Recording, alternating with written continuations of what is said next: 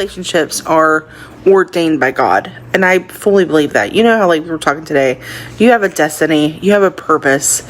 God has a plan for your life, and I really think that our relationship, even though we're not the same people, we're very different. It's beautiful. I feel like God puts people in your life to really just help you. And I know you think of me as your mentor, but if anything, you've pushed me to be outside my box. You've pushed me into, there's something about the fact that you haven't been churched, if you know what I mean. Like, you're not like, you weren't subjected to some of the nastiness that are preconceived notions or things. You haven't been churched, which isn't a bad thing. I find refuge in your purity of finding your way to Jesus and your love for Jesus, because you found him on your own, if that makes sense. Like, it wasn't anybody telling you to seek out Jesus. You decided to get there to your, like, God ordained your relationship in that manner, and I have such respect and love for that fact. Here's my heart, Lord. Speak what is true. Here's my heart, Lord.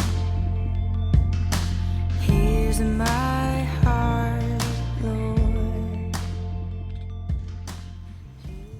So when I went to Thailand a few years ago, I was at a show, and I was sitting next to my aunt, who is Thai, and she was explaining to me the people before the show, they were praying. And she was saying before everything they do, whether it's like a show, a competition, no matter what it is, the people always pray and thank God, and then they pray and thank their mentors, which to me I think is amazing, and I think is a must, because we would not be where we are in our lives if it wasn't for God or the people that he's placed in our lives. I have two very special women in my life. I consider both of them mentors.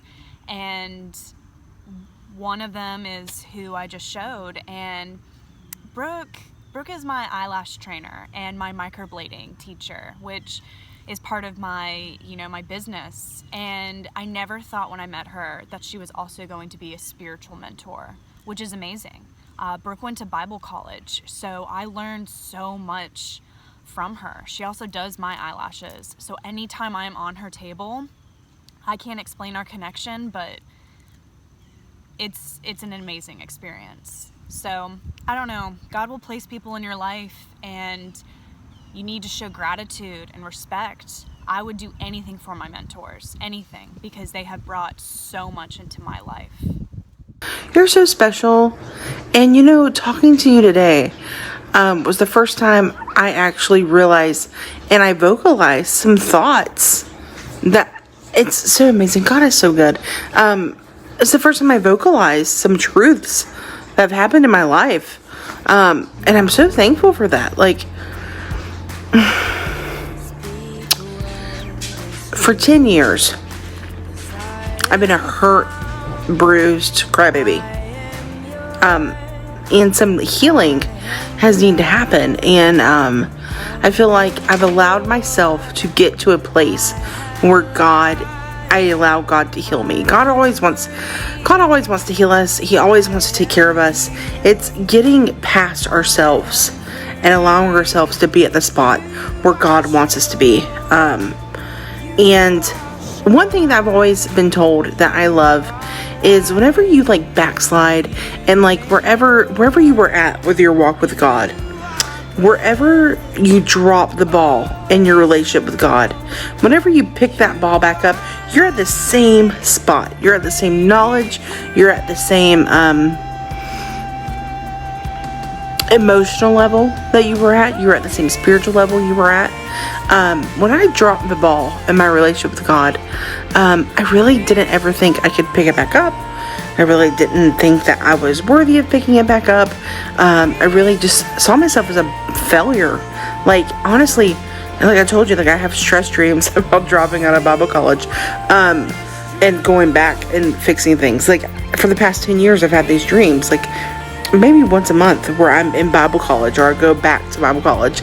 And, you know, just in the past couple weeks, and just with a heavy prayer and meditation, I feel like I've allowed myself to come to a place to be healed.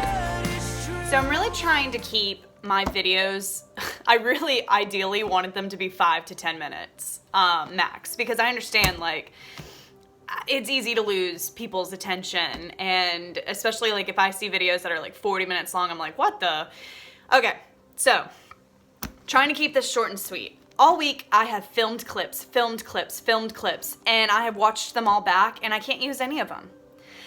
The thing is, this is not about me. This is not about me.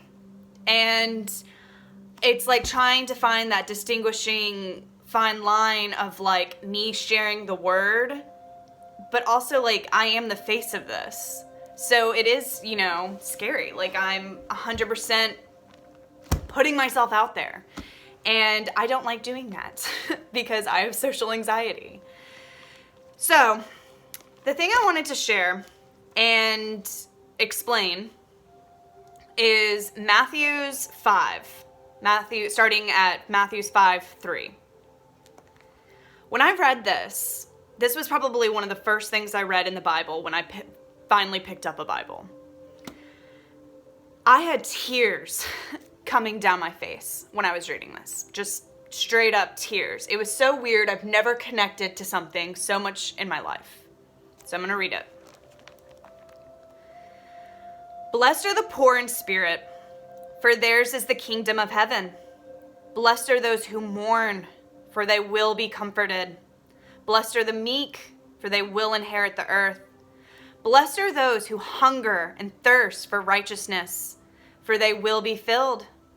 Blessed are the merciful, for they will be shown mercy. Blessed are the pure in heart, for they will see God. Blessed are the peacemakers, for they will be called sons of God. Blessed are those who are persecuted because of righteousness, for theirs is the kingdom of heaven. Blessed are you when people insult you, persecute you, and falsely say all kinds of evil against you because of me. Rejoice and be glad, because great is your reward in heaven. For in the same way they persecuted the prophets who were before you. People resist positivity, and I'm going to be doing a video on that and energy later on, but right now I'm going to explain why that means so much to me. I have always had a moral code within me, and I used to get so angry when you see people that are good people and you see just like bad things happen to them, and you see like people that do evil things and they get away with it. It's like you're enraged, and I used to be so angry because I would always just want justice. That gave me peace reading that. It's not up to me to chase justice for someone. That's up to God. And it's like you're gonna see things, you're gonna see evil things happen, and you're gonna think, why is this person getting away with it? Have that peace of mind to know that they won't. It may seem like on this earth and in this life that they got away with it. Everything you do is accounted for. It just is. So, I always want to keep it honest and real. I am struggling with creating this video. My first video, it was like, yeah, like I got this. Like I was filming clips every day. I was constantly editing it, like taking things out, adding to it. It was exciting. And then I shared it. And it's so funny because God will send you messages. He will guide you if you listen. And before I posted the video, he sent me a client. And immediately, within like the first 5 minutes of her laying on my table, we were talking about God and our relationship with him. And it's just crazy how he sent her because I was having such high anxiety before she came. And I don't know, nothing is coincidence. And somehow we got on the subject of like, she basically gave me the message that this is going to be a journey. y'all, this isn't easy. I'm putting myself out there. I am looking cuckoo crazy. Like, you know, I've read over and over in the Bible for the past like 2 years. It kept coming up, that when Jesus started his whole ministry and everything, that the people in his hometown weren't going to take him serious. People that knew him, his family, no one was going to take him serious. And they didn't, that he wasn't going to do a change there. And so it's like I'm pushing through my fears because I know that someone out in this crazy world is going to watch my video and it's going to click for you. It's going to be like, wow, this is what I've always needed. And that's why I'm pushing through. Last night I was laying in my bed and I was like, I'm crazy. Yep, I'm crazy. People think I'm crazy. Why am I doing this? This is terrifying. And I'm sharing that not because I want people to be like, Cameron, keep going, keep doing it. I have that in me. I'm gonna keep going. I'm gonna keep doing it because I know what I'm doing is for a greater cause. But I'm sharing how hard this is because I want you to know things that are worth it are not going to be easy. And you're going to want to give up. You're going to want to run away. But you have to push past that. And you have to sometimes be your own cheerleader. It sucks. It sucks. But I don't know. That's why I'm doing this whole thing on blind faith. The girl that leads my Bible study that I go to, she said that she started the Bible study on maybe faith. You know? Maybe I'm supposed to be doing this. And it's kind of like you just keep praying and you keep asking, like, is this what you want me to do, God? Like, I'll do it. And that's the thing is if you do the work, He will provide. And so it's like, I don't know. I feel this giant urge to keep doing this, and that's why I'm here. I've run for miles and lost sight of where you are, but you've seen me all along.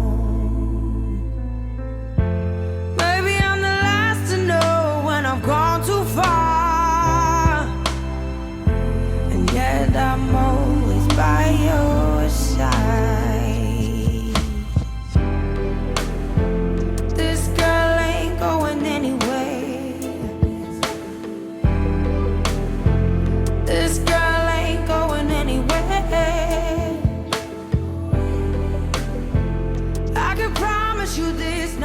For sure